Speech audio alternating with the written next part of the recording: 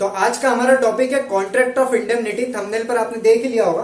देखिए, contract of indemnity एक ऐसा स्पेशल काइंड ऑफ कॉन्ट्रैक्ट है जिसमें कि ये जो वर्ड है इंडेमनिटी, भाई साहब ये इंडेमनिटी का मतलब होता है सिक्योरिटी। क्या होता है? सिक्योरिटी, या मैं कहूं कि प्रोटेक्शन अगेंस्ट लॉस। क्या कहूं? Protection against loss, protection against a loss. क्या कहना चाह रहे हो सर? यानी कि अगर सामने वाले को कुछ लॉस हुआ है तो आप उसे प्रोटेक्ट कर रहे हो, ये कहता है प्रोटेक्शन अगेंस्ट लॉस, यानी कि इसका मतलब होता है इंडेमनिटी का। ठीक है, साथ ही साथ या तो मैं सीधा सीधा कह दूं, लिटरली इसका मीनिंग अगर कहूं तो एक तरीके से कहता हूं कि कंपनसेशन। सर क्या कहते हो? सर कंपनसेशन, यानी कि आपने ये कहा कि कॉन्ट्रैक्ट ऑफ इंडेमनिटी एक बहुत ही स्पेशल काइंड ऑफ कॉन्ट्रैक्ट है। ठीक है, जिसमें कि जो वर्ड इंडेमनिटी आ रहा है उसका लिटरली मीनिंग जो होता है वो एक तरीके से कहें कि सिक्योरिटी या फिर प्रोटेक्शन अगेंस्ट लॉस, या फिर मैं सीधा सीधा कहूं कि कंपनसेशन। तो सर ठीक है, आपने इंडेमनिटी का मतलब हमें समझा तो दिया, बट अब पूरा का पूरा इसका मतलब ही समझा दो, बहुत देर हो चुकी है। ठीक है, समझाते हैं इसको। तो कॉन्ट्रैक्ट ऑफ इंडेमनिटी जो कि सेक्शन 124 में डिफाइन करा गया है इंडियन कॉन्ट्रैक्ट एक्ट में। कॉन्ट्रैक्ट ऑफ इंडेमनिटी का सेक्शन क्या है? सेक्शन 124। क्लियर है ना? अब मैं अगर इसकी डेफिनेशन की बात करूं कि बैरेक्ट में क्या लिखी हुई है, तो वो ये कहती है कि एक ऐसा कॉन्ट्रैक्ट, यानी कि एक ऐसा कॉन्ट्रैक्ट जिसमें कि एक पार्टी प्रॉमिस करती है। अब कौन, सपोज मान लो ए है, ये पार्टी ए है, यानी कि ये पार्टी प्रॉमिस करती है इस पार्टी बी से।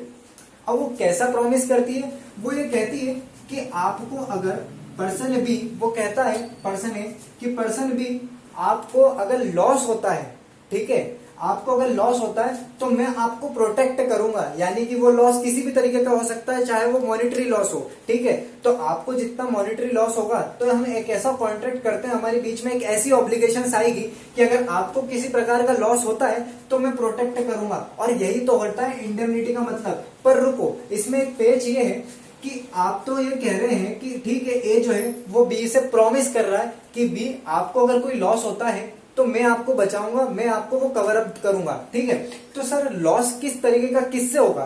तो उसने ये भी क्लियर कर दिया डेफिनेशन में कि ए ये प्रॉमिस कर रहा है बी से कि बी आपको अगर लॉस होता है, नो डाउट मैं कवर अप करूंगा, बट किसके द्वारा? या तो खुद मेरे द्वारा लॉस होता है, या फिर किसी पर्सन थर्ड, कोई थर्ड पर्सन, मान लो पर्सन सी है। ठीक है, आपको ये कह रहे हैं कि पर्सन ए प्रॉमिस करता है बी से कि पर्सन बी अगर आपको लॉस होता है या तो मेरे कंडक्ट की वजह से या फिर किसी अन्य व्यक्ति की वजह से, अगर आपको लॉस होता है तो भाई साहब मैं आपको कवर अप करूंगा, मैं आपको प्रोटेक्ट करूंगा, कंपनसेट करूंगा। ठीक है, और यही होता है कॉन्ट्रैक्ट ऑफ इंडेमनिटी। क्लियर है? आप एक बार वहां पर जो बैरेक्ट में डेफिनेशन लिखी है उसको पढ़ो। वो यही कहना चाह रही है कि एक ऐसा कॉन्ट्रैक्ट जिसमें कि एक पार्टी प्रॉमिस करती है, जिसमें कि एक पार्टी, इसको बहुत क्लियर से समझना, इसमें कि ये कहता है कि एक पार्टी प्रॉमिस करती है टू सेव द अदर, यानी कि आपको सेव करना है, बी को आप सेव, बचाओगे। ठीक है, किससे?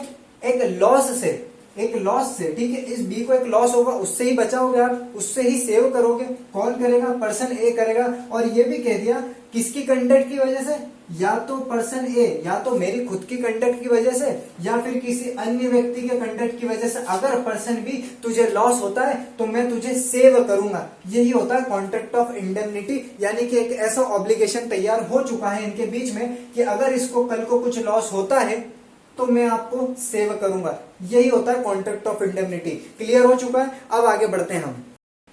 अब सर ठीक है, आपने हमें कॉन्ट्रैक्ट ऑफ इंडेमनिटी होता क्या है वो तो समझा दिया, बट सर हम थोड़ा कंफ्यूज हैं। क्यों भाई, क्यों कंफ्यूज हो? सर हमको यह समझ में नहीं आ रहा कि आखिरकार पार्टीज 3 रहेगी कि 2 रहेगी। ये मैं भी कंफ्यूज था जब मैंने पढ़ा था सबसे पहले कॉन्ट्रैक्ट ऑफ इंडेमनिटी, इसलिए स्वाभाविक सी बात है कंफ्यूजन आएगा, क्योंकि मैंने वहां पर 3 बनाए थे, ए बी सी। तो क्या 3 पार्टीज है क्या इस कॉन्ट्रैक्ट में? नहीं, 2 है। कैसे? आगे बताऊंगा। साथ ही साथ सर ये कॉन्ट्रैक्ट हम पढ़ रहे हैं तो क्या ये एक्सप्रेस कॉन्ट्रैक्ट है कि इम्प्लाइड कॉन्ट्रैक्ट है, ये भी बताऊंगा आगे।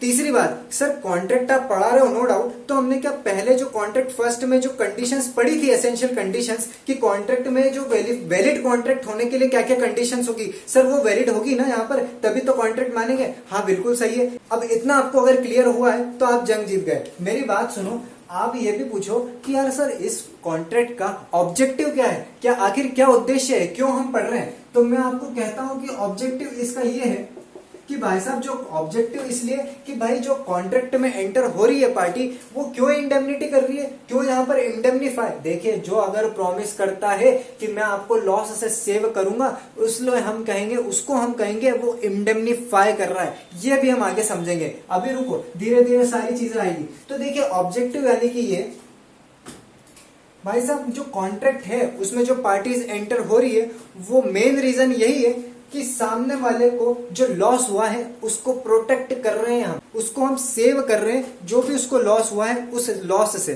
ठीक है, इसका ऑब्जेक्टिव यही है कॉन्ट्रैक्ट ऑफ इंडेमनिटी का। यानी कि अगर कोई भी पूछे कि कॉन्ट्रैक्ट ऑफ इंडेमनिटी का आखिरकार उद्देश्य क्या है, तो उद्देश्य इसका यही है, इसका ऑब्जेक्टिव सिर्फ यही है कि सामने वाले व्यक्ति को लॉस हुआ है और आप उसे प्रोटेक्ट कर रहे हैं, आप उसे इंडेमनीफाई कर रहे हैं। क्लियर है ऑब्जेक्टिव? आगे बढ़ते हैं सर ठीक है, आपने ऑब्जेक्टिव भी बता दिया। अब हम फिर से कंफ्यूज हैं कि आखिरकार पार्टीज कितनी है। तो देखिए कॉन्ट्रैक्ट ऑफ इंडेमनिटी में दो पार्टीज होती है। सर कैसे, तीन देखा हमने तो, अरे दो होती है। दो इसलिए होती है, देखिए हमने पढ़ा रखा है कि प्रॉमिसर क्या होता है, प्रॉमिसी कौन होता है। तो ये व्यक्ति प्रॉमिस करता है इस बी से, तो ये हो गया प्रॉमिसर। यानी कि ये प्रॉमिसर जो है वो प्रॉमिस करता है इस बी से कि पर्सन बी अगर तुझे लॉस होता है मेरी वजह से या किसी सी पर्सन से, किसी दूसरे पर्सन से, तो मैं तुझे लॉस जो होगा वो उससे प्रोटेक्ट करूंगा, उससे सेव करूंगा। सर एक बात मत बताओ, ठीक है आगे बढ़ते हैं। देखिए तो ये जो हुआ प्रॉमिसर। अब यहाँ पर ये जो बी है मतलब इसको बोला जा रहा है, प्रॉमिस इसको करा जा रहा है, तो ये कौन होगा, प्रॉमिसी। ये कौन होगा, प्रॉमिसी। सर कंसेप्ट क्लियर है, ये तो हमको भी पता है, आप नई बात बताओ थोड़ी। तो देखिए अब मैं आगे बढ़ता हूं, क्योंकि ये कॉन्ट्रैक्ट ऑफ इंडेमनिटी है तो यहाँ पर प्रॉमिसर को प्रॉमिसर नहीं कहा जाता है, यहाँ पर प्रॉमिसर को इंडेमनीफायर कहा जाता है। क्या कहा जाता है, इंडेमनीफायर कहा जाता है। ठीक है सर, इसको प्रॉमिसर को यहाँ पर इंडेमनीफायर कहा जाता है। और सर प्रॉमिसर को क्या कहा जाता है, प्रॉमिसर को यहाँ कहा जाता है इंडेमनिटी होल्डर, या मैं कहूँ इंडेमनीफाइड।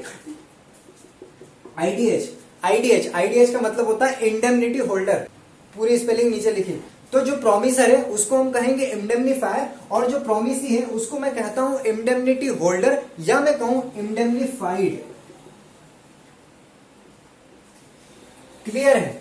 तो यानी कि दो पार्टीज होती है सर, ये हो गया हमें, मतलब एक कॉन्ट्रैक्ट ऑफ इंडेमनिटी में दो पार्टीज होती है, एक होती है इंडेमनिटी होल्डर और एक होता है इंडेमनीफायर। जो प्रॉमिस करता है, जो बोलता है कि मैं तुझे लॉस से बचाऊंगा, वो उसका मतलब होता है इंडेमनीफाई करना। वो व्यक्ति इंडेमनीफाई कर रहा है, उस व्यक्ति को क्या कहते हैं, इंडेमनीफायर। और साथ ही साथ जिसको लॉस हुआ है उसको हम कहते हैं इंडेमनिटी होल्डर यानी कि इंडेमनीफाइड। ठीक है, ये हो गई बात क्लियर।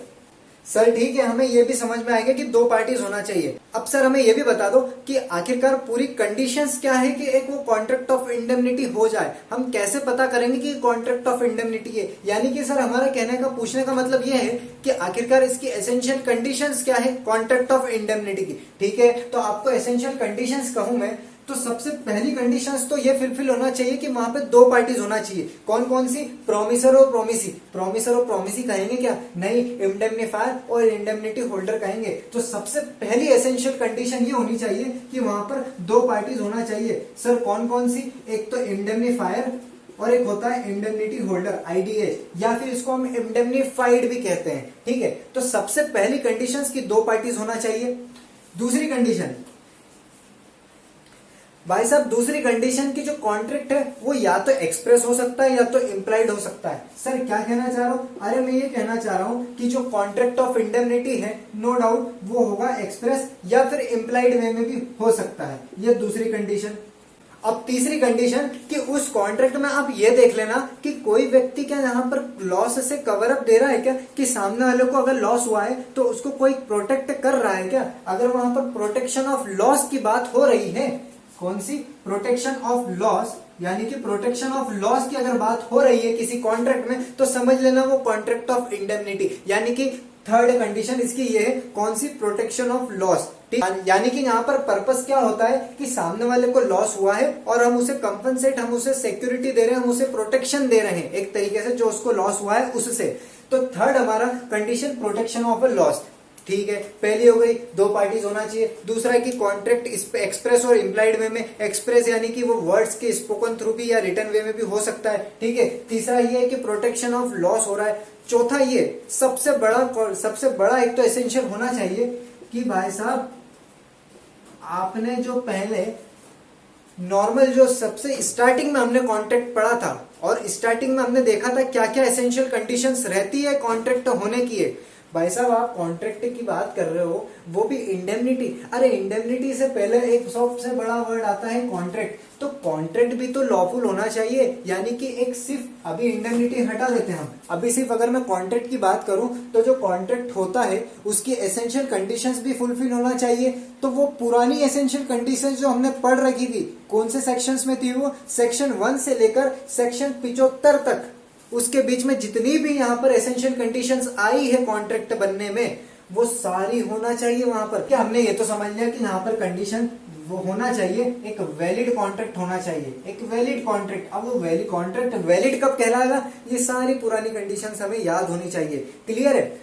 अब देखो जो दो पार्टीज थी कॉन्ट्रैक्ट ऑफ इंडेमनिटी में, इंडेमनिटी होल्डर और एक था इंडेमनीफायर, उनके क्या क्या राइट्स है। तो हम देखेंगे सेक्शन 125 जो है कॉन्ट्रैक्ट एक्ट का, उसमें राइट्स ऑफ इंडेमनिटी होल्डर बता रखे हैं। कब, जब स्यूट की बात आती है, प्रोसीडिंग्स की बात आती है, तो उसमें क्या क्या राइट्स होते हैं। यानी कि मैं क्या कहना चाह रहा हूं कि दो पर्सन थे, एक पर्सन ए था और एक पर्सन बी था, नो डाउट सर, ठीक है। अब इनके बीच में कॉन्ट्रैक्ट ऑफ इंडेमनिटी हुआ था। हमें ये भी पता है कि इसने प्रॉमिस करा था कि अगर आपको लॉस होता है तो मैं कवर अप करूंगा फला फला फला, ठीक है। अभी जो पर्सन बी है, यहाँ पर हमें ये भी पता है कि ये आईडीएच है, यानी कि इंडेमनिटी होल्डर है, और हमें ये भी पता है कि ये इंडेमनीफायर है, ठीक है सर। अब मैं ये बताना चाह रहा हूं कि सेक्शन 125 जो है उसमें कॉन्ट्रैक्ट ऑफ इंडेमनिटी में जो इंडेमनिटी होल्डर है, दोनों पार्टीज में से एक जो इंडेमनिटी होल्डर है, इसके क्या क्या राइट्स हैं वो सेक्शन 125 में बता रखे हैं। तो आइए इसको देखते हैं। देखिए अब ये राइट्स है ना, ये भी कहाँ के बता रखे हैं, स्यूट के दौरान। अब अगर कभी केस,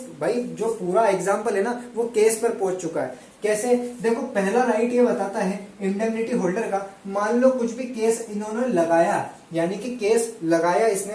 अब केस लगाने के दौरान केस फ्री में तो लगा नहीं, कुछ भी प्रोसीडिंग्स में पैसे लगे, ठीक है। तो इसने कॉस्ट अपने जेब से भरी, बट क्योंकि कॉन्ट्रैक्ट ऑफ इंडेमनिटी था, तो क्योंकि इसको डैमेजेस हुए, किस वे में भाई, स्यूट लगाने में जो भी पैसे लगे, तो मैं कहूंगा कि इसको डैमेजेस हुए, इसको लॉस हुआ, ठीक है। अब क्योंकि लॉस कवर अप करने का प्रॉमिस पर्सन ए ने करा था कि मैं इंडेमनीफाई करूंगा अगर तेरे को लॉस होता है तो इसकी ऑब्लिगेशन खड़ी हो जाएगी यहाँ पर। तो भाई साहब ये कहना चाह रहा है फर्स्ट पॉइंट कि अगर इसको यहाँ पर डैमेजेस हुए स्यूट के दौरान, इसने पैसे पेड करे, तो भाई साहब इसको रिकवर करने का राइट है, किससे, इस पर्सन ए से।